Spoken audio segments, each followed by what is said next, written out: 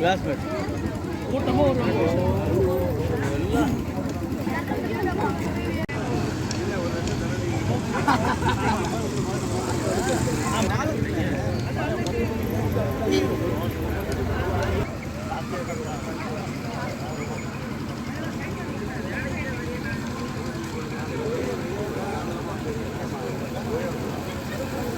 வந்தோடனே இங்கே வந்தோடனே போடுங்கப்பா.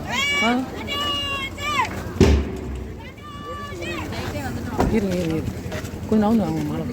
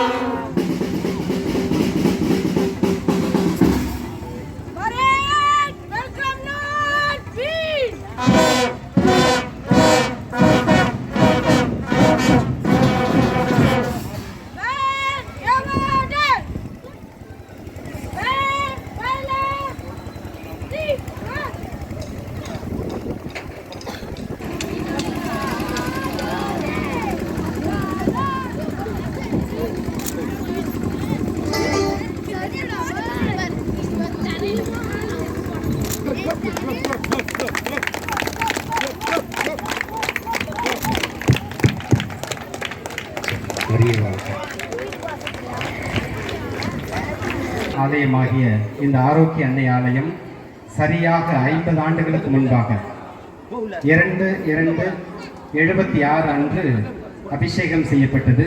இன்று இந்த ஆலயமானது புதுப்பிக்க பெற்று அர்ச்சிக்கப்படுகின்றது. இவ்விழாவிலே கலந்து கொண்டிருக்கின்ற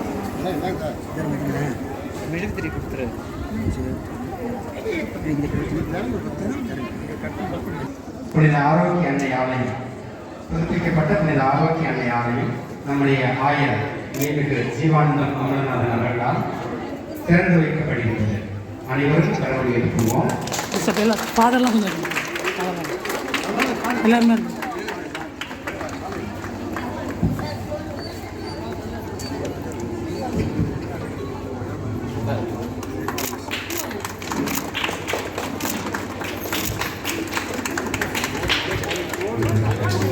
இப்பொழுது கல்வெட்டானது தெரிவிக்கப்படுகிறது. இந்த ஆலயத்திற்காக வெளிநாட்டிலிருந்து கனடாவிலிருந்து உதவியை பெற்றுக் கொடுக்கும் கல்வெட்டை திறந்து வைக்கின்றார்.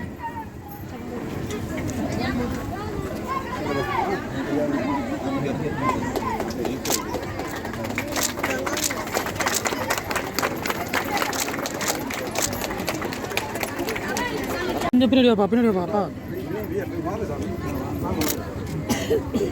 கொஞ்சம் பின்னாடி போப்பா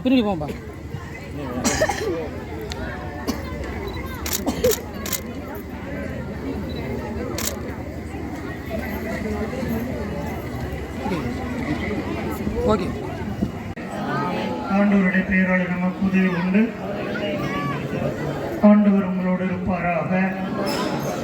நன்றாடுவோமாக. எல்லாம் அல்ல எங்கள் அன்பு தந்தை இறைவா, இந்த நாளுக்காக உமக்கு நன்றி கூறுகிறோம். இந்த புனிதமான நாளிலே உன் திருமகன் இயேசு கிறிஸ்துவை குழந்தையாக ஆலயத்தில் அன்னை மரியாள் ஒப்பு கொடுத்ததை நினைவு கூர்ந்து நாங்களும் உமக்கு நன்றி கூறி எங்களை உமக்கு ஒப்புக் கொடுக்கிறோம். அதனால் ஏடமாக மக்கள் ஏற்றி இருக்கிற மெழுகுதிரிகளை நீர் ஆசிர்வதியும். இந்த மெழுகுதிரிகளோடு நாங்கள் ஆலயத்திற்குள்ளே நுழையும் பொழுது உமது உயிர்ப்பை அறிக்கையிடுகின்றோம். நாங்களும் உள்ள உயிர் பெறுவோம் என்ற நம்பிக்கையில் உணர்கின்றோம். ஆகவே இந்த நல்ல சிறப்பான நாளிலே குழந்தையை ஒப்புக் கொடுக்கப்பட்ட நாளிலே காணிக்கையாக எங்களை ஒப்புக் கொடுக்கிறோம்.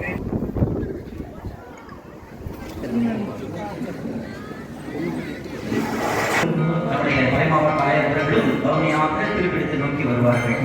இப்போது இறைமக்கள் முன் செல்ல அவர்களை தொடர்ந்து குருக்களும் ஆயர்களும் கவனியாக ஆலயத்திற்குள் செல்வார்கள்.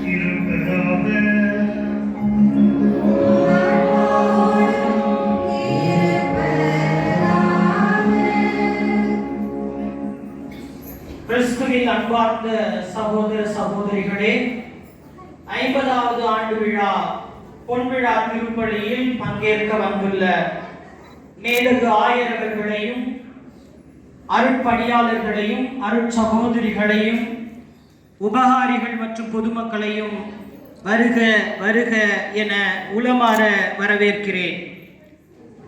இன்று நமது ஆரோக்கிய அன்னையின் பெயரில் அமைந்துள்ள இந்த சிறிய கிராம ஆலயத்தின் வரலாற்றில் ஒரு மகிழ்ச்சியான அருள்மிகு நாளாகும். இறைவனின் பேரருளால் நமது இந்த ஆலயம் தொடங்கப்பட்டு 50 ஆண்டுகள் நிறைவு பெற்றுள்ள இந்த பொன்னான தருணத்தில் நாம் அனைவரும் ஒன்று கூடி பொன்விழா நன்றி திருப்பலியை கொண்டாடுவதில் பெருமகிழ்ச்சி அடைகிறோம். இந்த ஆலயத்தை நிறுவிய முன்னோர்களின் விசுவாசம், தியாகம் மற்றும் கடின உழைப்பின் பயனாக இன்று நாம் இங்கு இறைவனை ஆராதிக்க கூடியுள்ளோம். கடந்த 50 ஆண்டுகளாக நமது கிராம மக்களை விசுவாசத்தில் வழிநடத்திய அனைத்து பங்கு குருக்கள், அருட்சகோதரிகள், பங்கு பொறுப்பாளர்கள் மற்றும் அனைத்து இறை மக்களும் இந்த நேரத்தில் நமது நன்றியையும் நினைவையும் அர்ப்பணிக்கின்றோம். இன்றைய இந்த சிறப்பு திருப்பலி கடந்த காலத்திற்கு நன்றி கூறவும், நிகழ்காலத்தில் இறைவனின் ஆசீர்வாதங்களை பெற்றுக்கொள்ளவும், எதிர்காலத்தில் நமது ஆலயமும் கிராமமும் இறைவனின் அருளாசியில் அவரது வழியில் மேலும் வளரவும் வேண்டி இத்திருப்பலியில் நாம் பங்கெடுப்போம். இங்கு கூடியுள்ள நம் ஒவ்வொருவரின் உடல் உள்ள தேவைகளை ஆண்டவர் முன் அர்ப்பணித்து இத்திருப்பலியில் ஒன்றாக இணைவோம். இத்திருப்பலியில் வேண்டுவோம் இறையருளை. அன்புமிக்க சகோதர சகோதரிகளே, தூய மர நிகழ்வுகளை ஒப்புக் கொடுப்பதற்கு முன் இந்த ஆலயத்தை இறைவன் அர்ச்சிக்க வேண்டும் என்று வேண்டுவதற்கு முன் நம்மையே தகுதியாக்கிக் கொள்ளும் பொருட்டு நம்முடைய பாவங்களை நினைவு கூர்ந்து மனமிருந்து மன்னிப்பை வேண்டுவோம். கேட்டுக்கொள்கிறேன். ஏனெனில் சொல்லாலும் செயலாலும் கடமையாலும் பாவங்கள் பல செய்தேன். ஏன் பாவமே, ஏன் பாவம், ஏன் பாவமே. ஆவியான கனியான விடுதலையாளையும் ஆண்டவரும் இந்த அனைவரையும் சகோதர சகோதரிகளை நம் இறைவனாகிய ஆண்டவரிடம் எனக்காக வேண்டிக் கொண்டு கொண்டாடுகிறேன். எல்லாம் வல்ல இறைவன் நம்மீது இறக்கும் வைத்து பாவங்களை மன்னித்து நம்மை நிலை வாழ்வுக்கு அழைத்து செல்வாராக.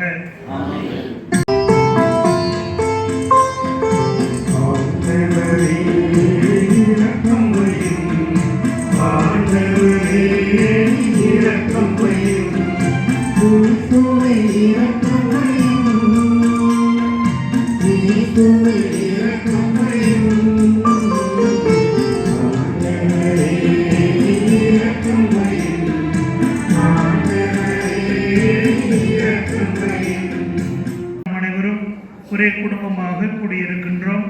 இந்த நல்ல நேரத்தில் நம்மீது தெளிக்கப்படவும், இந்த புதுப்பிக்கப்பட்ட ஆலயத்தை புனிதப்படுத்தவும் தேவையான தண்ணீரையும் உப்பையும் இறைவன் கடவுள் ஆசீர்வதிப்பாராக. இத்தண்ணீரால் இக்கோயில் அர்ச்சிக்கப்பட்டு புனிதம் செய்யப்படவும், நாம் அனைவரும் இறையன்புக்கும் பிறரன்புக்கும் என்றும் சான்று பகரும் அடையாளங்களாக திகழவும் இறைவன் அருள் புரிவாராக. இறைவா, எங்கள் மீதும் இந்த ஆலயத்தின் மீதும் தெளிக்கப்படும் இத்தண்ணீர் எங்களை தூய ஆவியாரின் ஆலயங்களாக மாற்றுவதாக. இந்த ஆலயம் எங்கள் எல்லாருடைய மனமாற்றத்திற்கும் நல்வாழ்விற்கும் ஒரு உந்து சக்தியாக திகழ்வதாக. இவ்வாலயத்தில் பக்தி சிறப்புடன் கொண்டாடப்படும் திருச்சடங்குகளில் பங்கு கொள்கின்ற நாங்களும் எங்கள் சகோதர சகோதரிகள் அனைவரும் இவ்வுலக வாழ்விற்கும் மறு உலக வாழ்விற்கும் தேவையான வரங்களை பெற்று வாழ்வாங்கு வாழ்வோமாக. இறைவா, இக்கோயிலில் இருக்கும் திருச்சிலுவை, பீடம், திருப்பலிக்கு பயன்படுத்தப்படும் பாத்திரங்கள், உடைகள், திருசுரூபங்கள், படங்கள் அனைத்தையும் ஆசீர்வதித்து புனிதப்படுத்தி அருளும். இவற்றை பயன்படுத்தும் அனைவரும் அருளை பெற்று நலமுடனும் வளமுடனும் வாழ்வார்களாக. எங்கள் ஆண்டவராகிய கிறிஸ்து வழியாக உண்மை மன்றாடுகின்றோம்.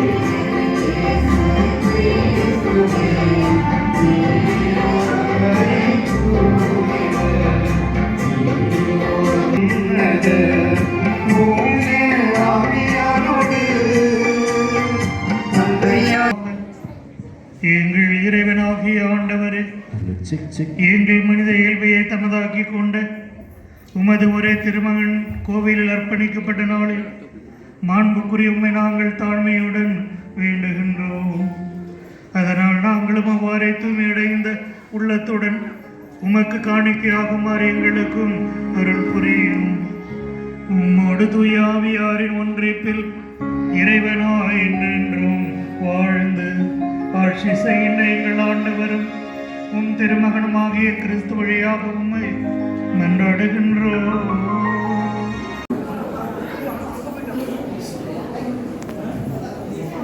முதல் வாசகம் சாமுவேலிலிருந்து வாசகம். அதிகாரம் 7, இறை வார்த்தைகள் 4 முதல் 17 முடிய. அன்று இரவு ஆண்டவரின் வார்த்தை நாத்தானுக்கு அருளப்பட்டது. நீ சென்று என் ஊழியன் தாவீதிடம் ஆண்டவர் இவ்வாறு கூறுவதாக சொல்.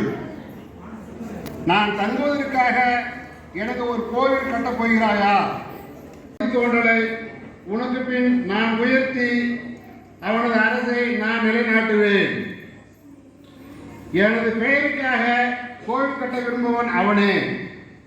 அவனது அரசை நான் என்றும் நிலைநிறுத்துவேன். நான் அவனுக்கு தந்தையாக இருப்பேன், அவன் எனக்கு மகனாக இருப்பான். அவன் தவறு செய்யும் போது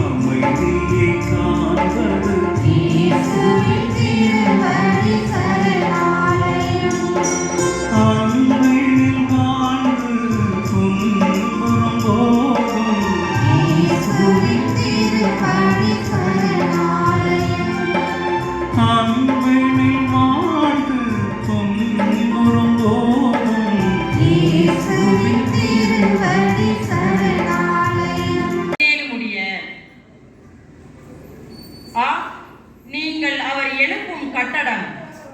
கடவுள் எனக்கு அளித்த அருளின்படியே நான் கைதேர்ந்த கட்டட கலைஞர் போல அடித்தளம் இட்டேன். அதன் மேல் வேறொருவர் கட்டுகிறார். ஒவ்வொருவரும் தாம் கட்டும் முறையை குறித்து கவனமாக இருக்க வேண்டும். ஏற்கனவே அடித்தளம் இட்டாயிற்று. இவ்வடித்தளம் இயேசு கிறிஸ்துவே. வேறொருவர் அடித்தளத்தை இட எவராலும் முடியாது. அந்த அடித்தளத்தின் மேல் ஒருவர் பொன், வெள்ளி, விலை உயர்ந்த கற்கள், மரம், புல், வைக்கோல் ஆகியவற்றில் எதையும் வைத்து கட்டலாம். ஆனால் அவருடைய வேலைப்பாடு தெரிந்துவிடும். தீர்ப்பு நாள் அதை தெளிவுபடுத்தும். அந்நாள் நெருப்பு மயமாய் வெளிப்படும். அந்நெருப்பு அவருடைய வேலை எத்தகையது என்பதை காட்டும். ஒருவர் கட்டியது நிலைத்து நின்றால் அதற்கான கூலியை அவர் பெறுவார். ஒருவர் கட்டியது தீங்கிரையாகுமானால் அவர் இழப்புக்குள்ளாவார். ஆனால் நெருப்பில் அகப்பட்டு தப்பியவர் போல் அவர் மீட்கப்படுவார்.